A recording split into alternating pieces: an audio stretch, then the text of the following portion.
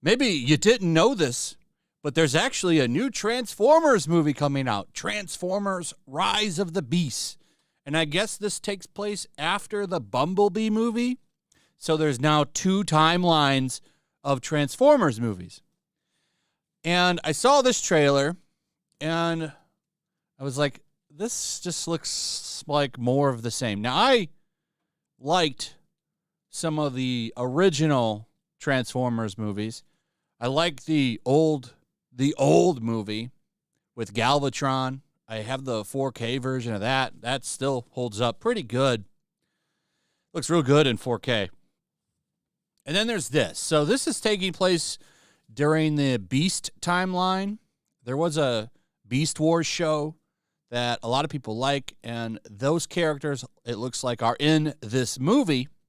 And they're also going to combine the Generation 1 style Transformers that they have right here. And I'm watching this, and it's like, first off, why didn't you just go all in with the Beast Transformers? Why didn't you set it in the past like the show was and do that? It's like they're trying to have the best of both worlds here. I don't really see anything in here that I want to see. Like, this trailer was generic. Everything about this was generic. I think that the Transformers movie franchise could use a really hard reboot. I think they need to, like, just overhaul everything. This still feels like a Michael Bay production, or Jerry Bruckheimer, or whoever makes these movies. It feels like that kind of production. It does not feel like anything new. It just feels like more of the same. But don't worry, ladies and gentlemen. They're actually going to do something to try to spice things up. They're throwing a left hook. They're ready to try to revitalize the franchise. They're gonna get butts in seats. How are they gonna do that? Well, they're just gonna make identity the main thing of the story. So there's this interview from BET. Transformers Rise of the Beast director Stephen Caple Jr. shares why he chose Notorious B.I.G.'s Juicy for the trailer. The director and lead actor Anthony Ramos also discusses the importance of being black and Latino behind and in front of the camera.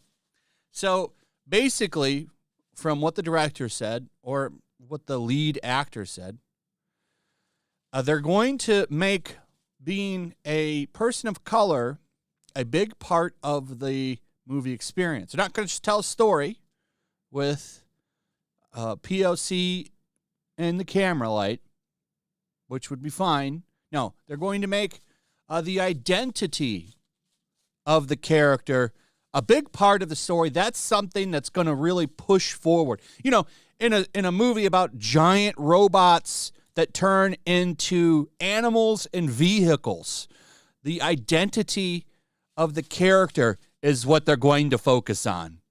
So here are the reasons why this is going to be different. It's a question. Why is this film different? What makes this a better movie?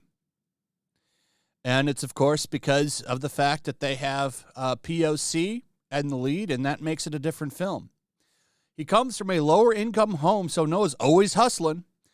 The one thing I love about Noah is his tenacity and his heart, and his will to never quit in spite of all the crazy things that life is throwing at him. The actor continued. Then it's amazing to see his journey when we venture out in the world when the humans meet bots and things start to happen. When asked about being a black director at the helm of a major black blockbuster franchise, Caple Jr. says, "It's been an emotional ride. You came straight out of the gate with that one. It's been an emotional ride," he shared in an interview with BET.com. It's been 2 years. Anthony and I talk about having this type of opportunity, but also understanding it's our time for us to be in a position where we can tell a story about our culture, our people, and see ourselves portrayed on the big screen, blending it with the vast genres is special. There are not too many people on the actor-director side to be in this position on this scale and scope. What are you talking about? There's tons of movies with people of color as the leads and directors. What are you talking about? You're directing a movie about robots that turn into cars and monsters. Like, or no, animals now, because you've got the beast ones in there. So we're doing we're doing our best to carry this weight. No matter how many times Anthony and I look at each other on set, tired and all, we realize we're about to do something special, and for a reason. We created something special, and it feels great to be in this position. So in terms of how the 7th installment will elevate the franchise, Ramos feels the new characters, especially because they have people of color leading in the roles, and it will play a factor.